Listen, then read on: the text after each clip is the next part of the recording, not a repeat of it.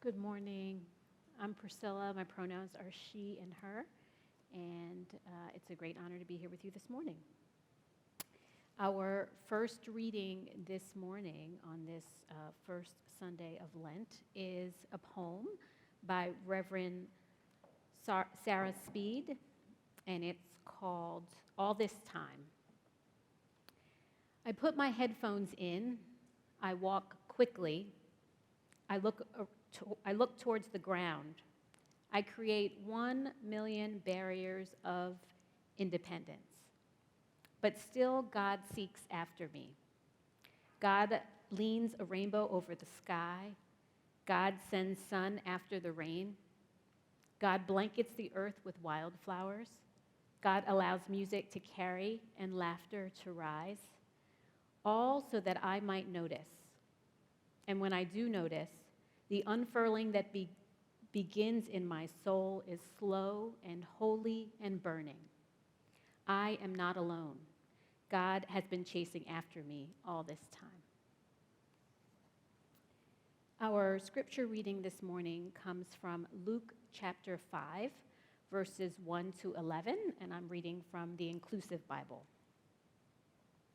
One day, Jesus was standing by Lake Gennesaret, and the crowd pressed in on him to hear the word of God. He saw 2 boats moored by the side of the lake. The fishers had disembarked and were washing their nets. Jesus stepped into one of the boats, the one belonging to Simon, and asked him to pull out a short distance from the shore. Then, remaining seated, he continued to teach the crowds from the boat. When he had finished speaking, he said to Simon, "Pull out into deep water and lower your nets for a catch." Simon answered, "Rabbi, we've been working hard all night long and have caught nothing. But if you say so, I'll lower the nets." Upon doing so, they caught such a great number of fish that their nets were at the breaking point. They signaled to their mates in the other boat to come and help them, and together they filled the 2 boats until they both nearly sank. After Simon saw what happened, he was filled with awe and fell down before Jesus, saying, "Leave me, Rabbi, for I'm a sinner." For Simon and his shipmates were astonished at the size of the catch they had made, as were James and John, Zebedee's sons, who were Simon's partners. Jesus said to Simon, "Don't be afraid. From now on, you'll fish among humankind." And when they brought their boats to shore, they left everything and followed him.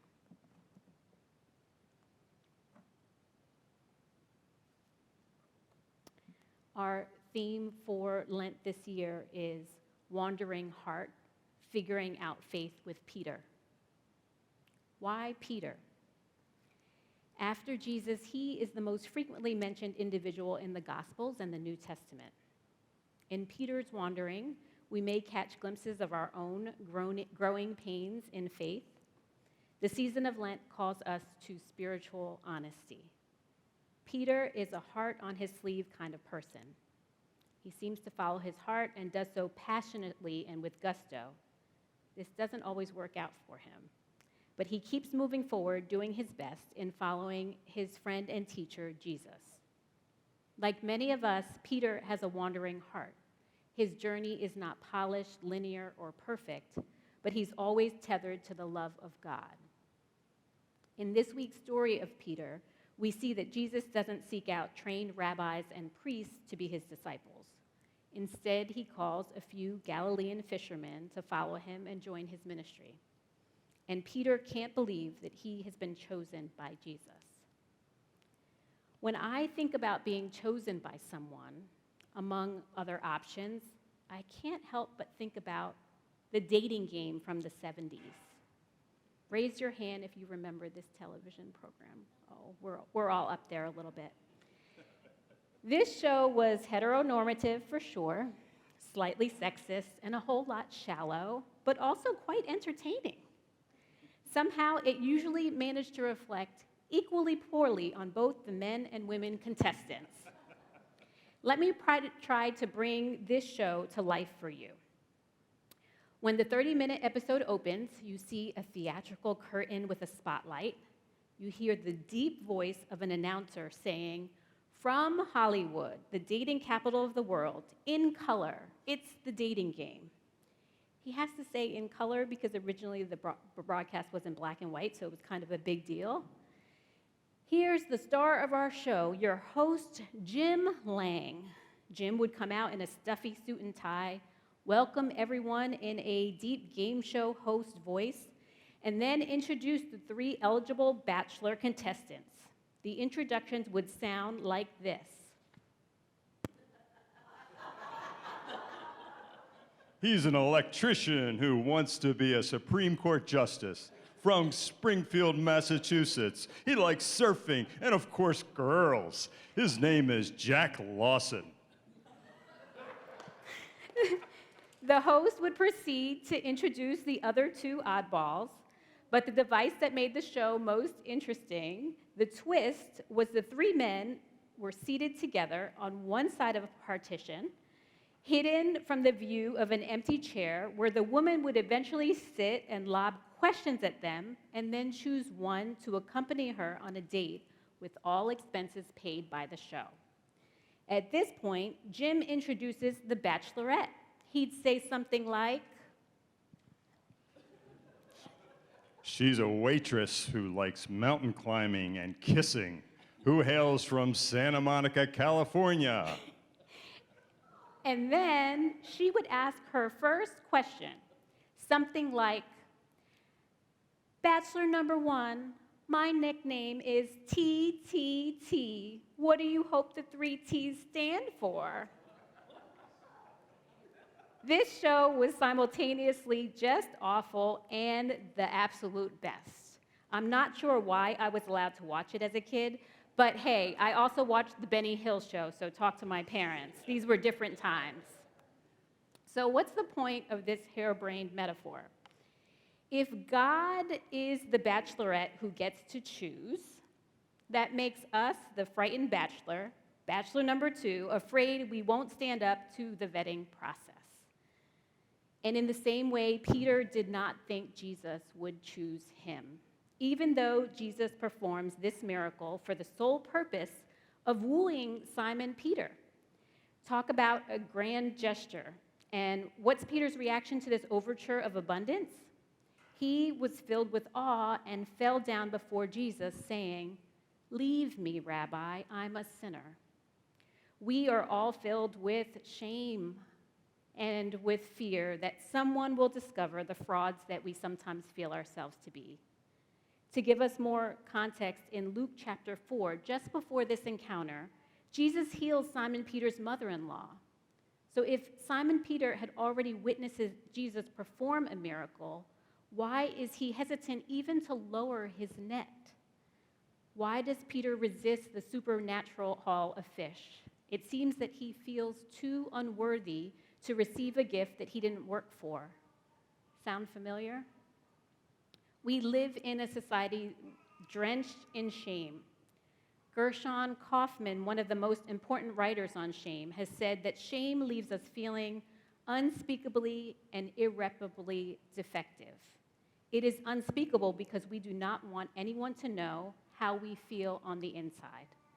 We fear it irreparable because we think it's not something we have done wrong. Far worse, it's simply who we are. We search and search for the defect, hoping that once found, it can be exorcised like some grotesque demon, but it lingers, remaining there our entire lives, anxious it will be seen and simultaneously longing to be seen and touched with compassion. Well, I'm here to remind you today that your gifts, plus your particular imperfections and mistakes, plus God's grace equals unconditional acceptance. We get so hung up on our own nature, but it's not about that. It's about getting more clarity about God's nature. Whatever we are or are not is part of God's human design. It's the way we were created. Jesus chose Peter, and God has chosen you and pursued you and tries to woo you all of the time. And maybe you're letting your shame, your feelings of unworthiness get in the way.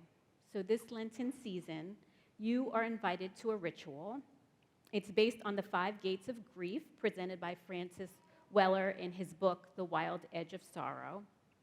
One of the gates is the parts of ourselves that have not known love. This grief occurs in the places often untouched by love. These are profoundly tender places precisely because they have lived outside of our kindness, compassion, warmth, or welcome. These are the parts of ourselves that have been wrapped in shame and banished to the farthest shores of our life.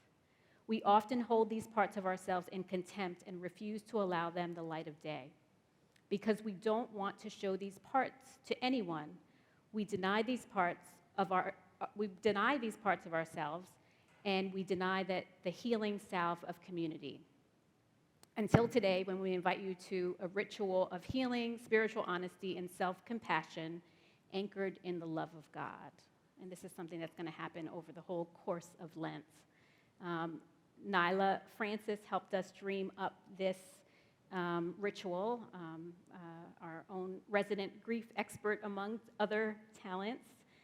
Each week of Lent, during the offertory, we'll play a song, and you're invited, in addition to bringing your gifts, to bring an item to the altar.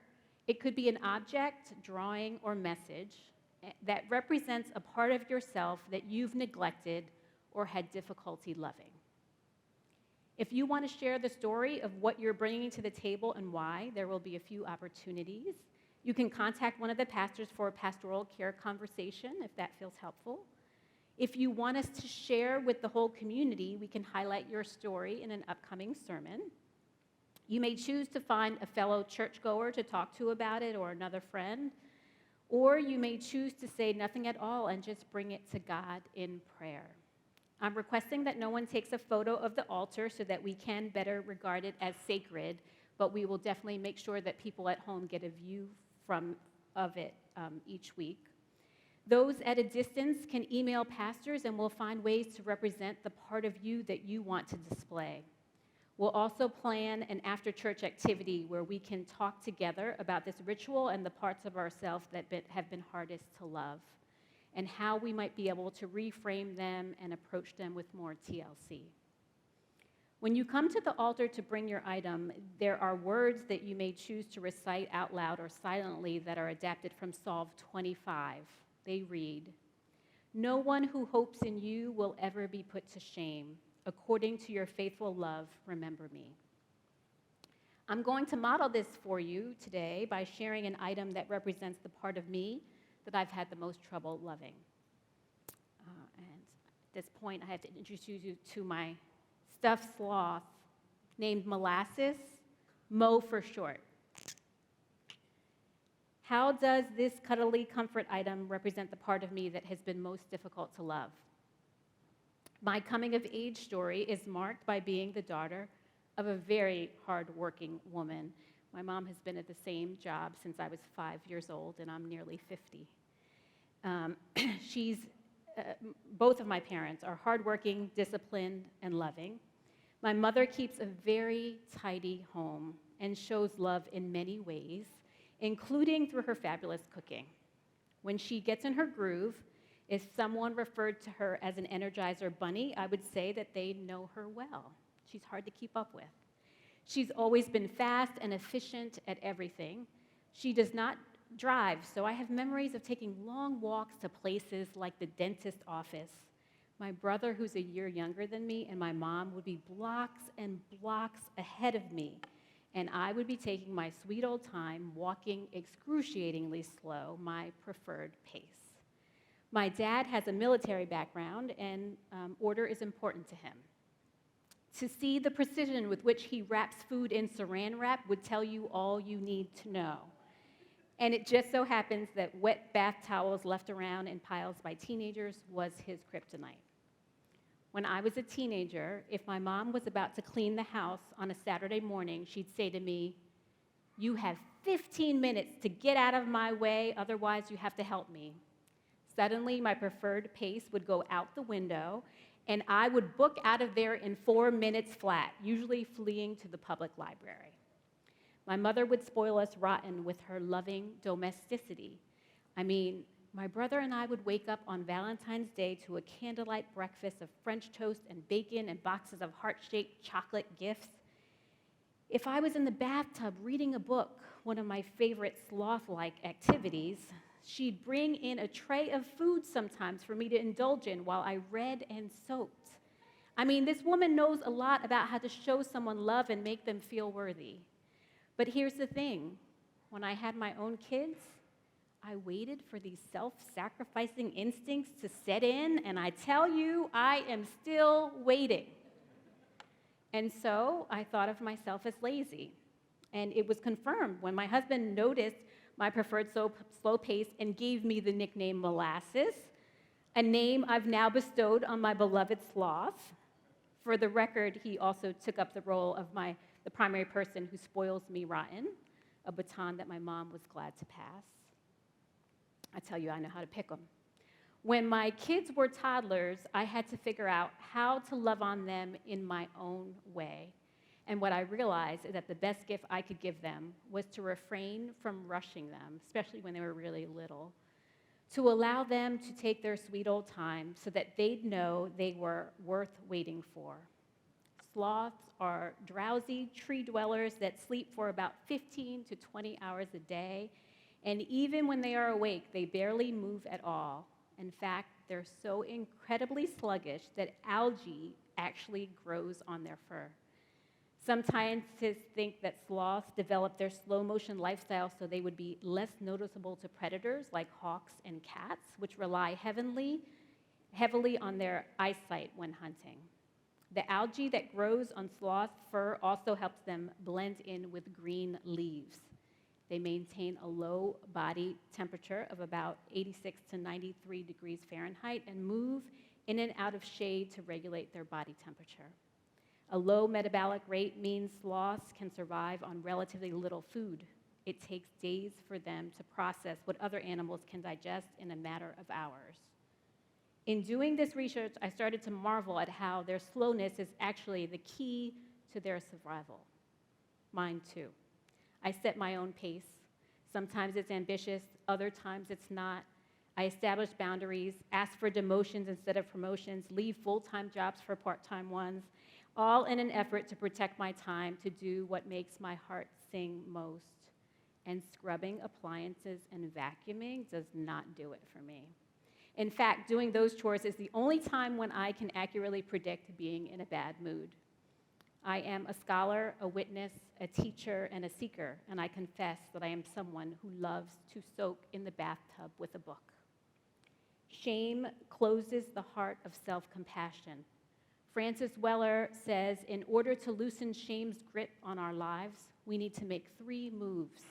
The first is from feeling worthless to seeing ourselves as wounded. The second is a shift from seeing ourselves through the lens of contempt to one of budding compassion.